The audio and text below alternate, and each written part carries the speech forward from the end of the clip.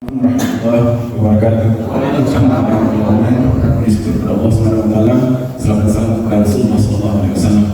Kami menyatakan sikap forum komunikasi selama Ustaz dan tokoh Kota Solo tentang menolak peraturan pemerintah nomor 28/2024 dengan mempertimbangkan poin-poin berikut. Pertama, kewajiban ulama untuk melakukan aktivitas amar ma'ruf nahi munkar, membongkar berbagai macam makar yang dilakukan oleh negara kafir imperialis atas Islam dan kaum muslim, dan kewajiban untuk melakukan muhasabah lil hukam, nasihat kepada para penguasa.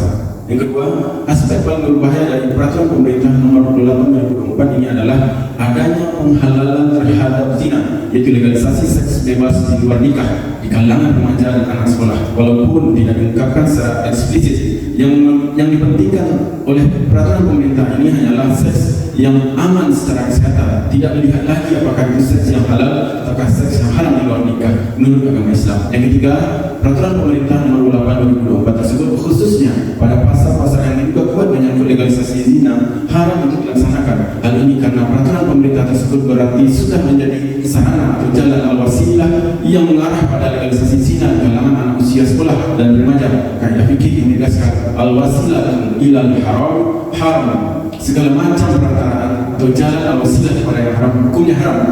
Keempat, peraturan pemerintah nomor 28/2024 yang diduga kuat menghalalkan zina tersebut menjadi bukti bahwa Indonesia adalah negara sekuler, yaitu negara yang berdasarkan pada paham dan yang memisahkan agama dari pengaturan kehidupan manusia. Paham ini adalah paham kafir dari barat dengan latar belakang sosio-historis Eropa dari kaum Yahudi dan Nasrani yang ini sangat tidak sesuai dengan dan tidak cocok untuk umat Islam yang tidak pernah mengenal sekularisme dalam ajaran atau sejarah sepanjang 14 abad. Maka kami ulama, ustaz dan tokoh Kota Solo menyatakan, pertama, menolak peraturan pemerintah nomor 28/2024 yang membolehkan pemberian alat kontrasepsi pada siswa dan remaja. Peraturan pemerintah nomor 28/2024 tidak boleh hukumnya dilaksanakan oleh seluruh pihak pemangku kepentingan atau stakeholder, baik itu dokter, tenaga medis, apoteker, rumah sakit, klinik dan sebagainya. Karena peraturan pemerintah nomor 28/2024 adalah sarana haram yang akan menjerumuskan generasi muda pada lembah perzinahan yang hina, yang akan mengantarkan para pelaku zina itu ke neraka jahanam. Allah Subhanahu wa taala berfirman, janganlah kamu mendekati zina, sesungguhnya zina itu adalah perbuatan yang keji dan jalan yang terburuk. Quran surah Al-Isra ayat 32.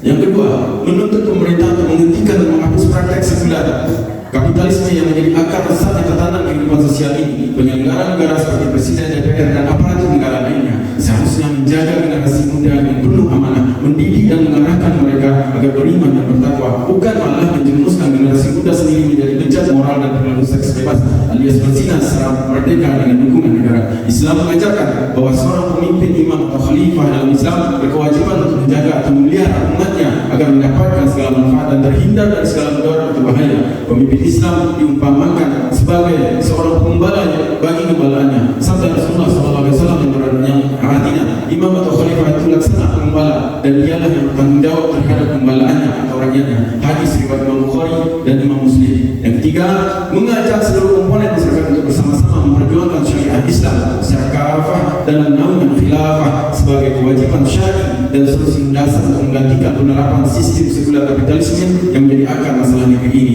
Islam mengajarkan bahwa Islam itu agama yang sempurna, bukan hanya mengatur hubungan manusia dengan Allah, melainkan mengatur segala aspek kehidupan secara menyeluruh atau kafah dalam segala bidang seperti ideologi, politik, ekonomi, sosial, budaya, hankam dan sebagainya, termasuk bidang kesehatan. Islam agama yang sempurna sesuai dengan firman Allah Subhanahu wa taala, pada hari ini telah aku sempurnakan agamamu untukmu, telah aku cukupkan nikmat-nikmatku bagimu dan telah aku ridhoi Islam sebagai agamamu. Al-Maidah ayat 3. Allah Subhanahu wa taala memerintahkan kepada kita untuk mengamalkan Islam secara kafah, yaitu sesuai dengan firman Allah Subhanahu wa taala, ya ayyuhallazina amanu khudhu bis-silmi kafah wa la tattabi'u khutuwati syaitan inna lakum aduwwun mubin. Wahai orang-orang yang beriman, masuklah ke dalam Islam secara menyeluruh dan janganlah ikuti langkah-langkahnya setan, sesungguhnya yang musuh yang nyata bagimu. Al-Baqarah 208. Kota Solo 6 Safar 14